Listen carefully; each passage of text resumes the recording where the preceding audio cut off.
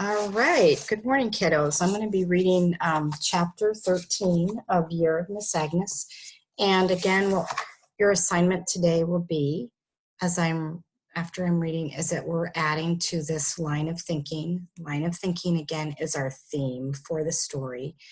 And we're continuing to look for characters who are persevering, like working hard, even though they've had something difficult happen to them. And just to kind of go over, we've learned how Boko has, how Marie has persevered, how Grandpa, and how Jimmy. Okay, so I'm gonna be reading. Okay, and I'm on chapter 82. When it was Christmas time, we had a tree in the school. Toby, Joe, and Plasker went out with Toby Joe's little dog team to cut down a tree as soon as it got light, and they found a really good one. But it was too cold that day, 50 below zero, and all the needles just fell off on the way home, too brittle. It was just a little skeleton that brought back that day. We all had to laugh. Next day, Toby, Joe, and Plasker got another one, and they got it right near the school and carried it easy-like to the school so it wouldn't fall apart. So that was okay. After we thought it out, we put popcorn strings on it and little chains made of green and red paper. That tree looked just beautiful. It was supposed to have candles on it, but Miss Agnes said that spruce was too dry, the needles just falling off with a little sprinkling when you walk by it. We might set it on fire if we put candles on it. Miss Agnes showed us some Christmas pictures from other countries, and those Christmas trees were just fat, different from our skinny little trees. Our little skinny tree branches couldn't even hold a candle, I don't think. Miss Agnes taught us a whole bunch of Christmas songs, some we knew from the radio already, and we put on a play. Everyone went back from the trap line at Christmas before they went out beaver trapping. So all the kids got to be in the play. So what this tells me is that the children who'd been out helping their family trapping animals came back for Christmas before beaver season. So it means that the whole town is back for Christmas time. We did that one about ghosts, where this old man, I know what this story is, where this man is really selfish, but these ghosts come to show him how bad he's been and how everyone doesn't like him. A Christmas Carol, it's called, which is funny because it's not about singing, and it is one of my favorite stories. It's by Charles Dickens. One of the ghosts, Plasker, had to have chains, so we put some marten traps together, and he let them just clank along, and one of the ghosts had to moan, and that was Toby Joe. He was just scary when he did that. Kenny and Roger were ghosts too. I wanted to be a ghost, but Miss Agnes said we didn't have enough girls to waste them being ghosts, so I had to be the nephew's wife. That wasn't as much fun as a ghost. Jimmy Sam was the nephew, and he had to wear this tall black hat that kept falling off. Charlie Boy was Tiny Tim, that little crippled boy, and he had to be carried on his dad's back. So that had to be little Pete, because he was the only one big enough to carry Charlie Boy. Marie was Mrs. Cratchit, and she had this kind of hat that was like a lace doily on her head and her hair up. Marie had more fun than anyone, and she wasn't scared a bit. Selena and Bertha got to be the Cratchit children, saying all this stuff about the goose. Old Miss Toby came to watch, and my mother said the words in Indian for her so she could tell what we were saying. And boy, she really liked that play. In the Indian way, the worst thing you could do is be selfish. And everyone says if you do that, it will come back on you. So what this is telling me is that this custom or this beliefs of the people that live in this Indian village is that if you're selfish, it's gonna bad things will happen to you. So this story is talking about this selfish man. So that's interesting how we bring it back to Indian customs. So Miss Toby thought that was a good play we did. We made a lot of cookies and things for after the play. And Miss Agnes made a hot drink with apple juice and sugar and cinnamon in it to have with the cookies we made. Miss Agnes took pictures of everyone after that Christmas play. First, she took us all together, and then she took picture of everyone just alone.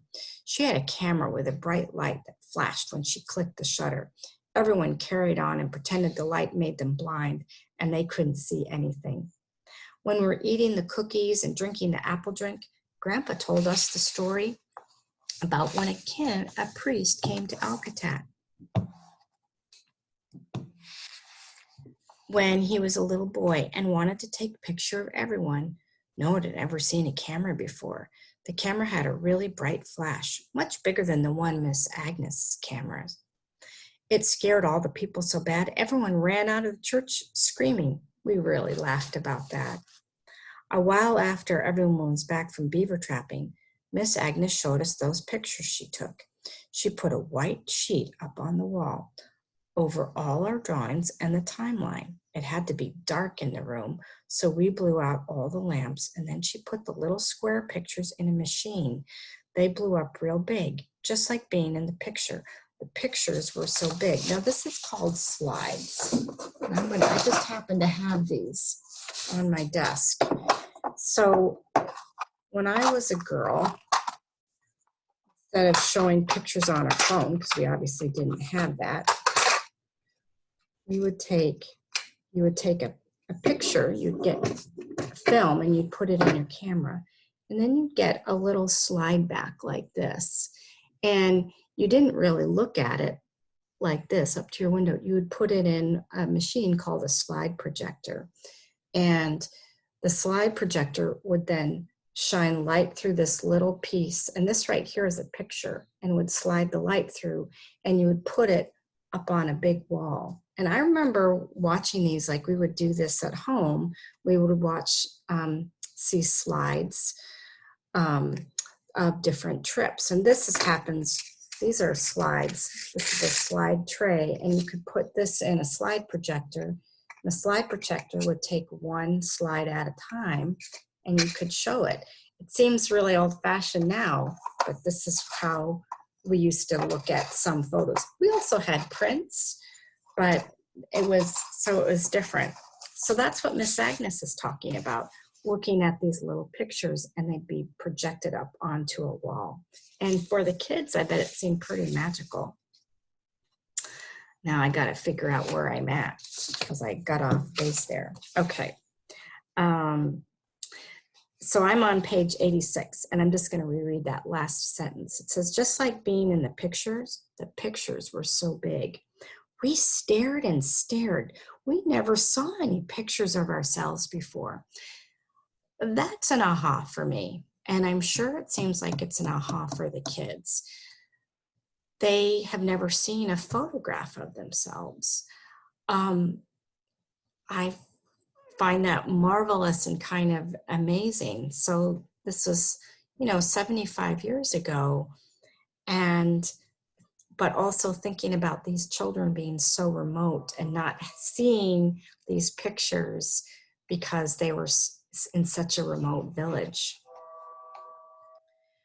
We didn't look like what we thought, Toby said. Geez, I look just like my brother. That was funny because Toby Joe always called his brother ugly. Marie was happy to see herself up there. She looked beautiful, and you could tell she thought so too. I didn't even know myself in the pictures, but there was a girl wearing my sweater, so it had to be me. My hair was very messy, just like Mama always told me. And my smile didn't look in the pictures the way it feels on my face. My smile looked like Boko's smile, like our daddy's smile.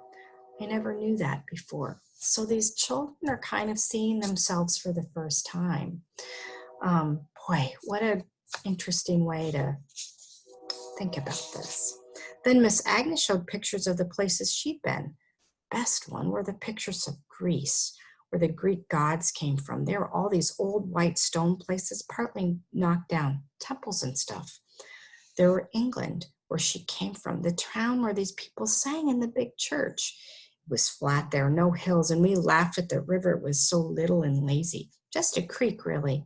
There was lots of guys rowing this one skinny boat, all bent forward at the same time. There were flowers on the trees. That's how it is in springtime. Just about now, she said. We were surprised because it was still winter here, 40 below zero at night sometimes, though it gets warm fast in the day because the sun was staying out a long time now. To think there were flowers somewhere right now while we're in the snow. Those flowers smell wonderful, she said. We could see how she could miss a place that had pink flowers on a tree. I would like to see that. So I do think that there is a bit of a hardship here, and I'm going to give a hint for Miss Agnes. So I'm going to write that here. Miss Agnes. I'm going to say that's on page 88. Let me make this into the, I like the other font. Make it bigger. And let's see, what color should I do it? We'll do, how about this brown? Okay, so what you're gonna do is that you will go back and you could reread that bit about on page 88. There's a little hint there about a hardship, okay? And think about what you could write for Miss Agnes right here. And you can send that to me through class portfolios or through messages. Okay, kids, I will stop there and then I'm going to read Number the Stars in just a little bit. Okay, bye-bye.